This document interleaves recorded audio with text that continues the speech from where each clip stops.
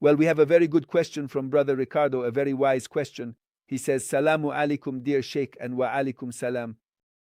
My question is about the connection between the martyrdom of Imam Husain and the command to sacrifice the Prophet Ishmael by the Prophet Abraham. Do both stories relate to each other? Thank you very much. Of course, of course. Let's see. Saleh means a person who is on the path of God. At a certain point, they must sacrifice their desires.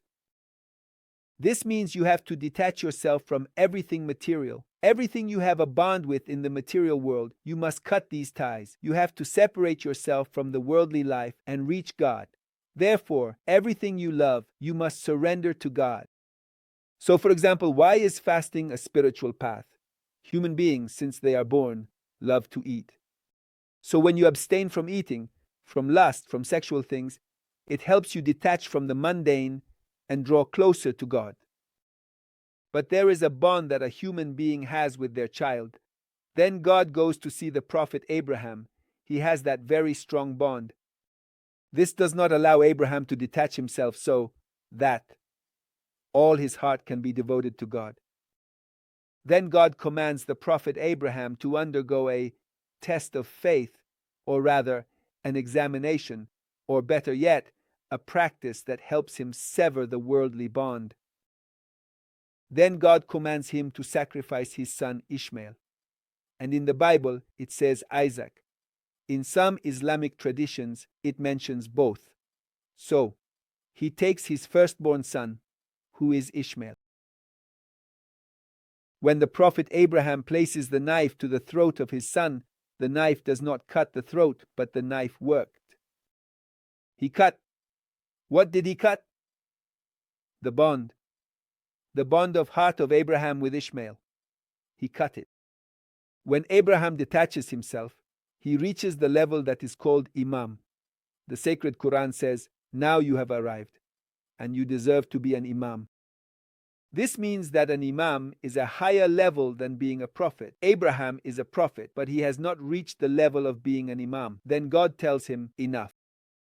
When Abraham reaches the point of being willing to sacrifice his son, the knife does not cut his son's throat. What does he cut? He cuts the bond. Abraham becomes an Imam. Very well. When Imam Husain arrives, he is a man of God who is devoted to God.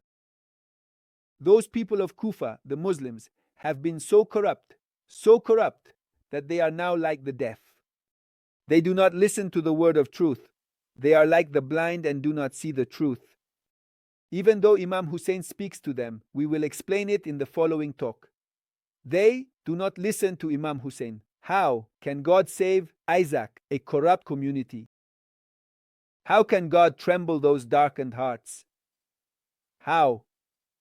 Hardened. These hardened hearts. How can God save these corrupt ones?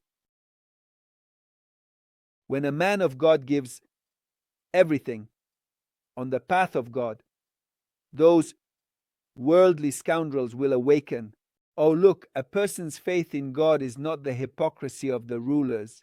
Faith is so powerful that Imam Husain loves God so much for the truth, for justice. He is willing to give everything.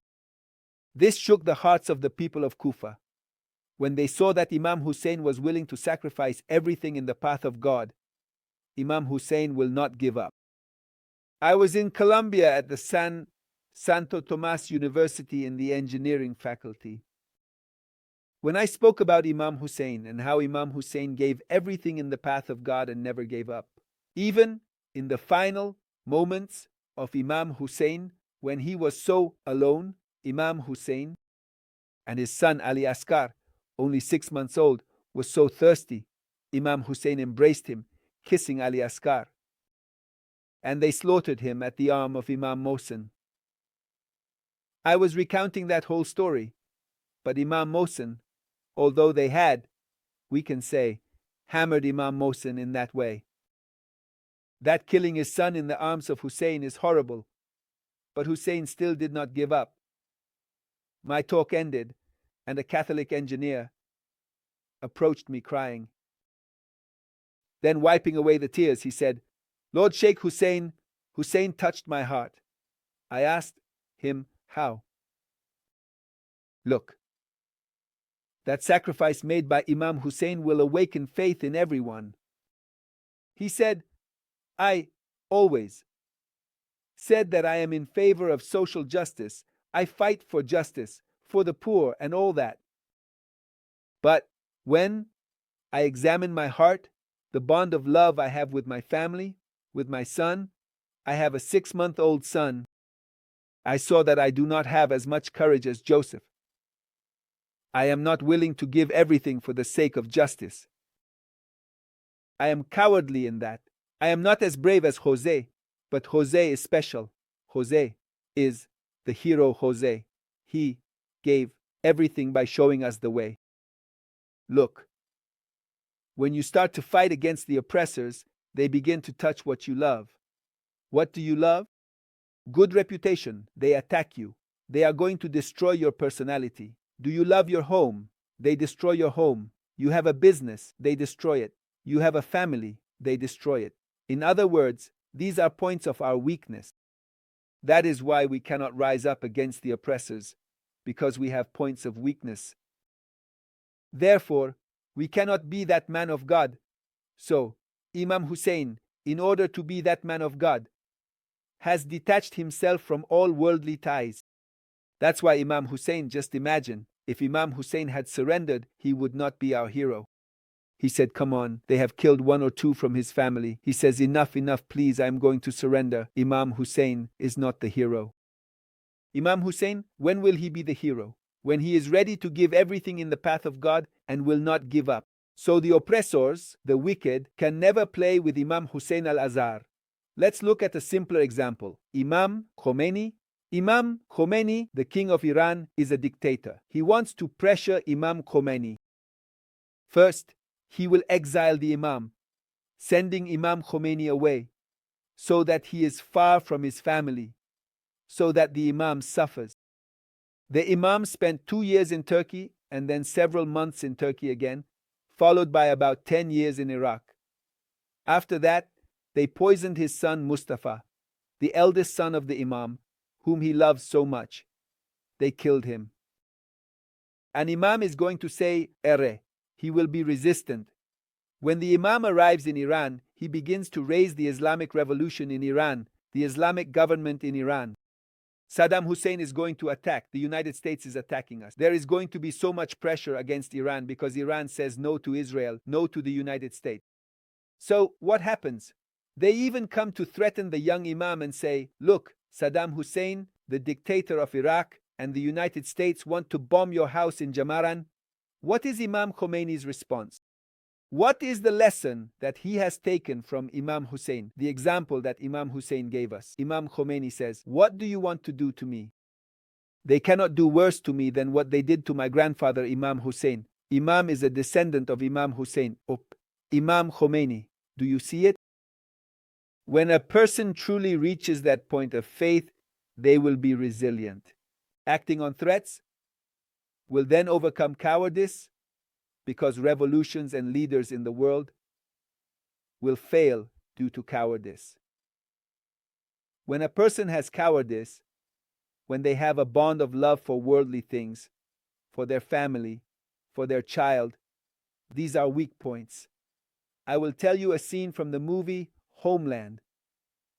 In the movie Homeland, if I'm not mistaken, it is season 6 or 7. It shows that a United States ambassador, a Saudi Arabian ambassador, that ambassador has a connection with a terrorist and all that. They want to pressure that ambassador. What do? Carrie Matheson shows the photo of that ambassador's daughter who studies in the United States.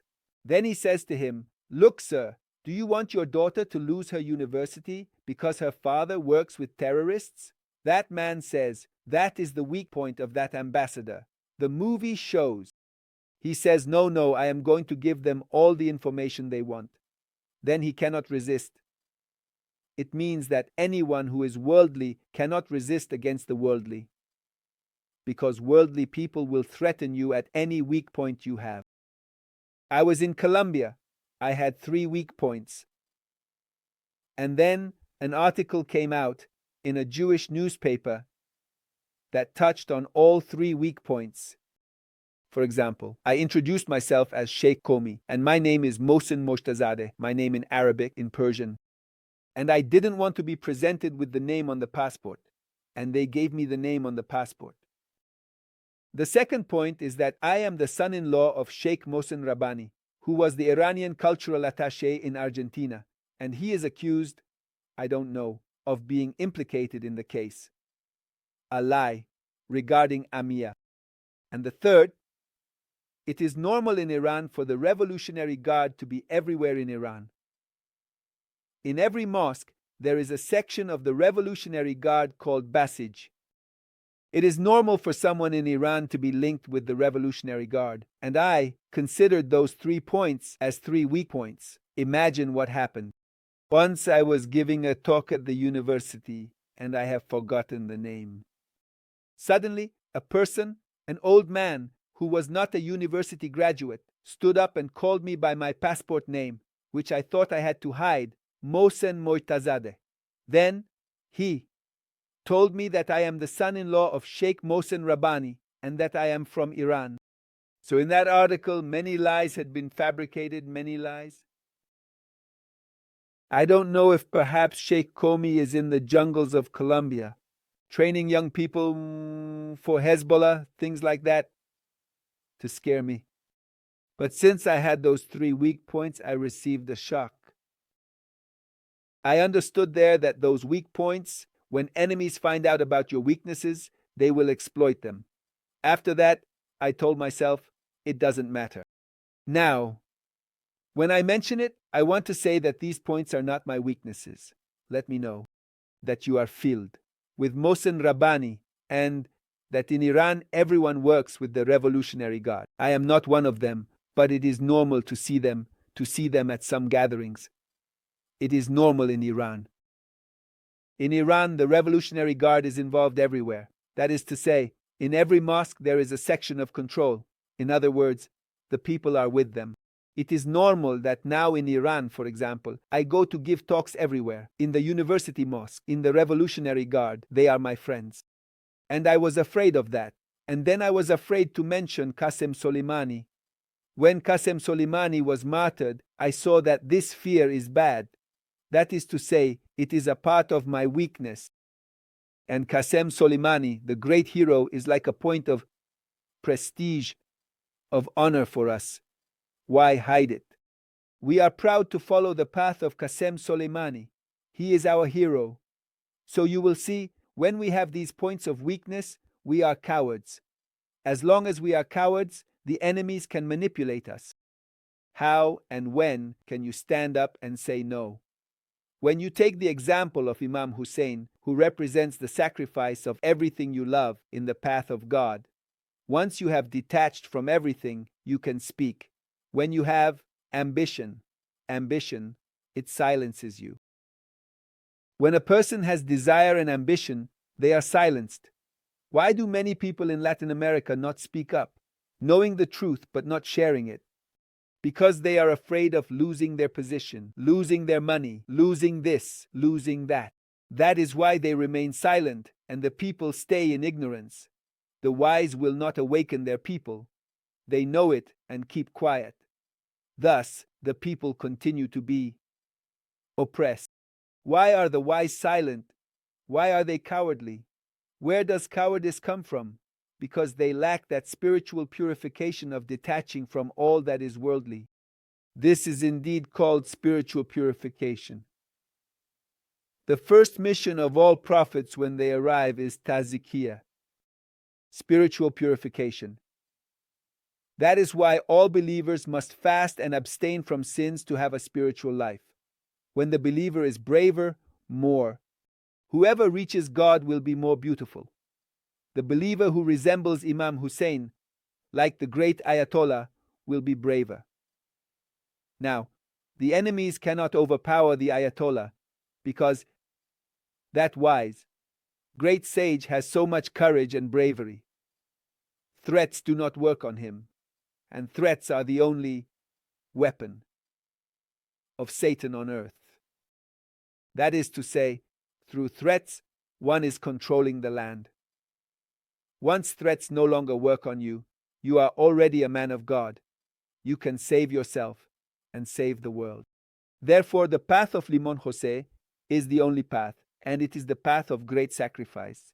You have to sacrifice everything you desire, everything you love, on the path of God to become the spiritual liberator of humanity.